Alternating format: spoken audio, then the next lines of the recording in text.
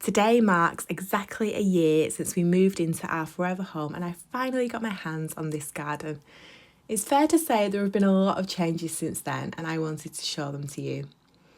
I was overall happy with the general structure of the existing garden, which means that I could focus on transforming it in my way on a limited budget. I wanted a space that's pretty and productive, so one of the first things I did was got the greenhouse in and our first week priorities. This means I can grow as much as possible from seed in the spring and autumn and house my heat-loving food in the summer.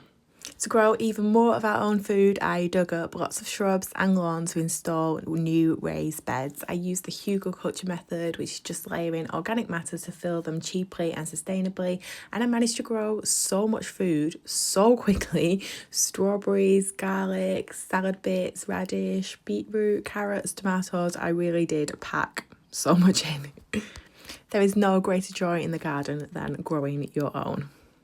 Then, as the weather warmed up, I wanted to make sure this was a family space that everyone could enjoy. I dug out lots more spiky shrubs, suppressed weed with cardboard and bark chippings, and best of all, we got the kids a slide and swing set, which they absolutely love. Next up was the real game changer. I dug up half of the lawn and created a new pollinator-friendly flower bed. This was my favourite project of the whole year. I can see this bed from the house and it's so welcoming to wildlife and the colours are just so calming. I could stare at it all day. I filled it with roses, hollyhocks, cosmos, grasses, got hydrangea in there. It's just so beautiful.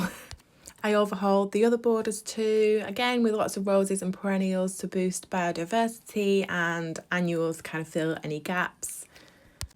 But you know what, as I look back on these videos, I just realised that none of this ever felt like a chore or hard work. I work full time and this is my outlet and my passion and I just enjoyed every minute of it. I painted the fences black, I built an arch for my roses, I assembled a new tool shed, I fixed the roof on the old one and built a new pergola to create a nice little seating area at the back. I built wildlife ponds and habitats because I always want to work with nature, not against it, and this garden will always be peat and pesticide free.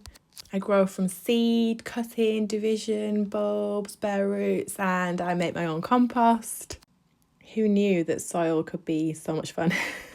And within a few months, my vision really did come to life. I had so many flowers and so much food and I couldn't be happier.